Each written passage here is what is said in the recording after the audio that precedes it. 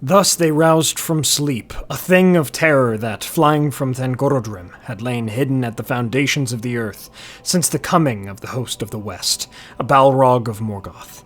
Durin was slain by it, and the year after, Nain the First, his son, and then the glory of Moria passed, and its people were destroyed or fled far away. Hey everyone, Yoyston here for a new type of video, and I hope you all are doing well wherever you are in Middle-earth. I have talked before about how I would adapt different ages into TV shows or a small series of films, but now for something else that I've mentioned as well. I know this might not be popular, but I really liked War of the Rohirrim. It inspired me, made me feel like I was back in Middle-earth, gave us some good music and so forth. It wasn't perfect, but it doesn't have to be. That, along with many independent fan films from over the years like Born of Hope, Hunt for Gollum, Horn of Gondor, and the like, made me think that, going forward, some of the best movie adaptations we could hope for from Middle-earth are anthology, one-off type movies. Tales like Eorl and Cirion, the Angmar War, Gondorian Civil War, Fall of Numenor, if they have the rights to it, and so forth, would certainly hold us over until we eventually get, inevitably, a Silmarillion adaptation at some point. So, in this series, I want to straight up give an outline of how to perhaps make a Tolkien adaptation, taking one of his behind-the-scenes, in-the-lore stories, where in the lore the basic information may be found, and kind of going from there. Of course, it's an adaptation, so we would need some Hollywoodizing of it, and we would need a little bit more in terms of maybe some characters or dialogue, so on and so forth. So let me know if you like this series and want to see more. I have plenty of ideas and would love to break it down. Much of my inspiration for today's video comes from the Fall of Moria quest and the Lord of the Rings Online, but I'm going to add a fair bit as well. Really fast before we begin, shout out to our new channel, Masters of Mythology, where I've been putting up some content about the different types of mythology. The link to that channel is in the description if you're not tired of hearing my voice. My friends, thank you all so much for joining me today. Let's begin our tale. Alright, our movie starts with a song, the Song of Durin, showing Durin the First crossing the mountains from where he awoke in Gundabad, and him finding Lake Miromir and finding Khazad-dûm. We hear most of the song, or at least, again, an adaptation of the song, but not the final stanza. We'll come back to that. We montage through the years, stopping for a time to see the battles of the dwarves and orcs in Eregion during the War of the Elves and Sauron. We see Sauron outside of the doors of Durin for a time, telling the orcs to harry the dwarves wherever they may, followed by the dwarves joining in the last alliance.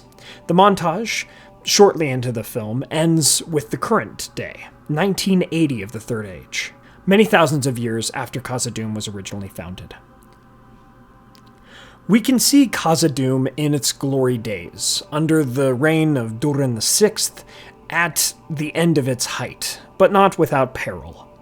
During the beginning of this movie, there should still be tension here in Khazad-dûm. Perhaps orcs and goblins have been raiding the outskirts in recent years, we hear of some of the cities throughout Moria, and we might even see Nain and his friends ambushed. We should be introduced to a small group of heroes, Nain, the Prince of Khazad-dûm, better at leadership than mining or fighting, while perhaps we get some other dwarves who are better at those things, a cousin from the colonies in the Iron Hills, a noblewoman dwarf who would be Nain's wife, another dwarf who is one of the most renowned mithril miners in the kingdom. We would also, of course, meet Thrain, Nain's son and a scout of the kingdom, who will be integral in the later part of this movie. King Durin calls upon them to send them to Lothlorien and renew the friendship between elf and dwarf. Perhaps we've seen some tensions between elves and dwarves arising over the years, but Durin wants to prove that Khazad-dûm still has a lot to offer and wants to renew their trade and just their friendship overall. But we do see that there's some pride and vanity leading this king of dwarves in his decisions. And so, in this early half of the movie, we see a small adventure out of the East Gate, and we may even get hints about the shadow growing in the Greenwood Forest being potentially connected to the darkness that is rising in Khazad-dûm, or this shadow at least wants to be connected to it.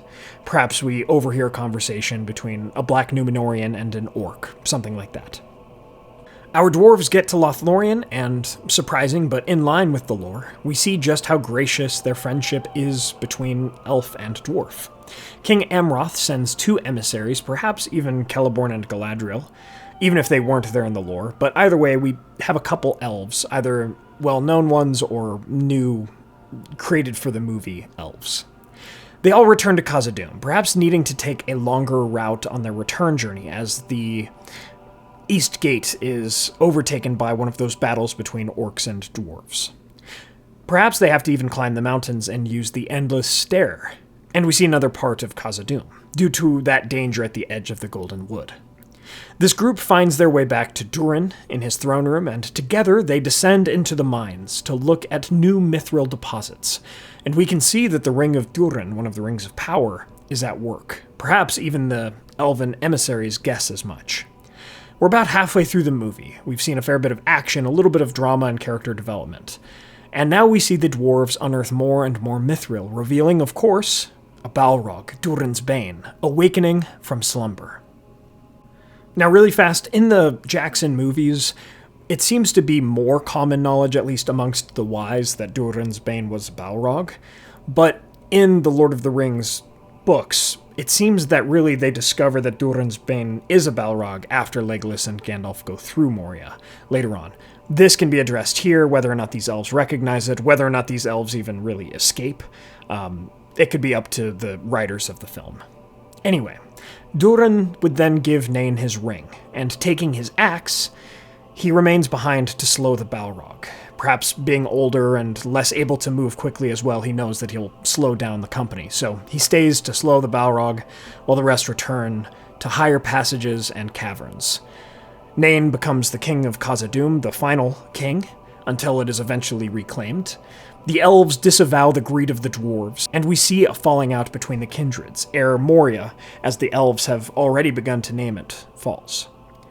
Suddenly, goblins, orcs, trolls, and other creatures, perhaps the nameless creatures such as the Watcher, come forth over a small time-lapse, and we see that the first year of Nain's rule is horrifying, and he is fighting battles that he can't win over time, not with all of this and a Balrog on the loose. Thrain, Nain's son and the scout of Khazad-dûm, returns, telling his father that an old colony from the Second Age might be a solid refuge for their people. It is called Erebor, the Lonely Mountain. There is yet another attack, and Nain tells his son to begin leading his people there. Nain will remain until their people have left Khazad-dûm, recalling that the elves had called it Moria, and he is now naming it that himself. Knowing that Moria is lost, we see that original band of Nain and his friends trying to save as many dwarves as possible, getting them out of the West Gate and out of the East Gate. But one by one, we see the loss of each dwarf that we've come to know so far in the film. In a Rogue One 300-style movie climax, where we know that our characters probably won't make it, but we want to see what their sacrifices are worth, we see the preservation of the line of Durin through Thrain as he leads the people onto Erebor.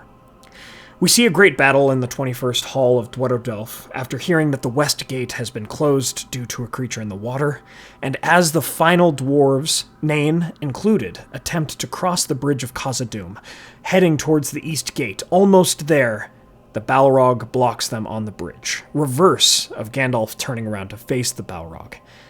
Nain states that they cannot get out, cries out, "Baruk Khazad, Khazad Aiminu," and we see a tremendous, horrifying, and sad battle between the two that ends rather quickly in Nain's death, much less a duel than a slaughter.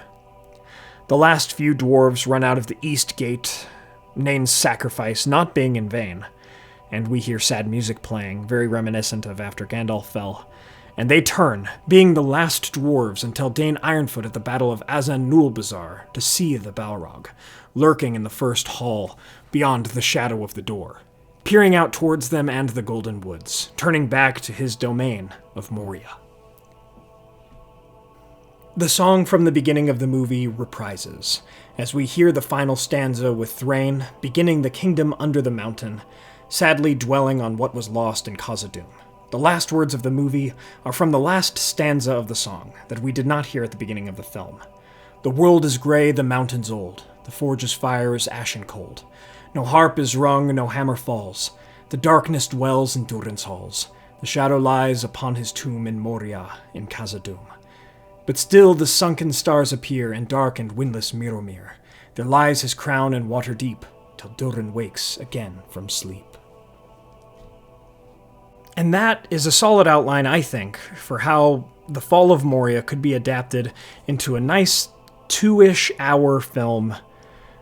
Just a standalone Moria film, but if they wanted a sequel or two, they could also do the Tale of Balin's Company, following this up many years later, as well as the reclamation of Moria in the Fourth Age. But, my friends, thank you all so much for watching. Let me know your thoughts on this. Leave a like, comment your thoughts, and if you'd like to support the channel, please consider getting some candles from our friends Mythology Candles, or order some Weather United Cutlery Lord of the Rings weapon replicas and other great items from Castle Con, and use the code WEST at checkout, and please check out our merch.